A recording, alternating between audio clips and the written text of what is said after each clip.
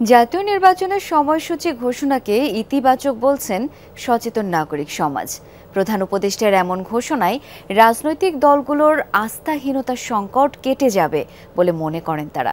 তবে এসএসসি পরীক্ষা, আবহাওয়া ও রমজান নির্বাচন প্রক্রিয়াকে ব্যাহত করতে পারে বলে আশঙ্কা তাদের। আহমেদ রেজা জানাচ্ছেন বিস্তারিত। গ্লিটারের টুইন লেমন ও অ্যান্টিব্যাকটেরিয়াল ফর্মুলা বাসনকে চকচকে জীবাণুমুক্ত করে আমাদের দেয় গ্লিটার গ্যারান্টি।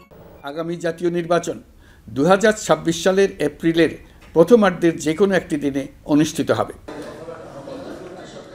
অবশেষে সরকারের তরফ থেকে এলো রাজনৈতিক দলগুলোর কাঙ্ক্ষিত সেই ঘোষণা। নির্বাচনের সম্ভাব্য সময় জানালেন ডক্টর ইউনূস।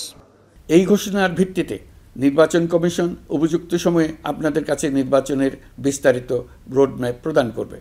যদিও এমন ঘোষণায় রাজনৈতিক দলগুলোর মধ্যে রয়েছে ভিন্ন মত, আর সুশীল সমাজের প্রতিনিধিরা এই ঘোষণাকে ইতিবাচক হিসেবে দেখছেন।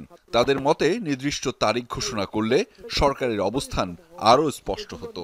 প্রধান উপদেষ্টার যে ঘোষণা, এটাকে স্বাগত জানাচ্ছি এবং আমার কাছে মনে হচ্ছে তার এই ঘোষণায় বাংলাদেশের সকল রাজনৈতিক দল এখন নির্বাচনমুখী হবে। একটা ডেট এসেছে, সেটা বেশ পজিটিভ দিক, কিন্তু সেই একই সাথে আমাদের বলতে হয় যে কেন সেটা এপ্রিলে, ডিসেম্বরে কেন না, সেটার কিন্তু গ্রহণযোগ্য কোনো ব্যাখ্যা আমরা পাই নাই।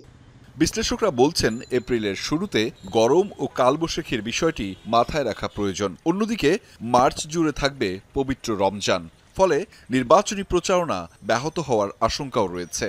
গত 15 বছর 16 বছরে বাংলাদেশের বিপুল সংখ্যক মানুষ ভোট দিতে পারে নাই। যে আমার কাছে মনে হয় যে বৃষ্টি সেক্ষেত্রে বড় কোনো বাধা হবে না। এপ্রিলে অনেক গরম পড়ে যায়, তারপরে পয়লা বৈশাখের প্রোগ্রাম, তারপরে বৈশাখী ঝড় আছে, বৃষ্টি আছে। যদিও বিশ্লেষকরা বলছেন সংস্কার ও নির্বাচন পরস্পরের প্রতিদ্বন্দ্বী নয়।